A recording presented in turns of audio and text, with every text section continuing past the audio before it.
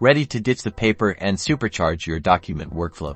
Let's jump right into how to upload documents to Docusign, making sending for signatures a breeze. First, logged into your Docusign account, you should land on your dashboard, which looks something like this. Find and click the New button, usually located near the top left of the screen. This is your gateway to starting a new Docusign envelope. A drop-down menu will appear. Select Upload. This will open your computer's file explorer, allowing you to choose the document you want to upload.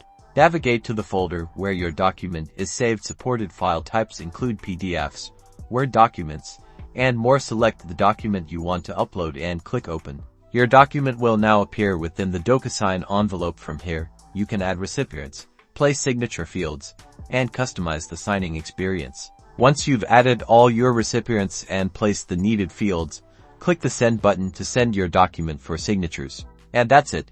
You've successfully uploaded a document to Docusign. Now you can manage documents and collect signatures efficiently, all in one place.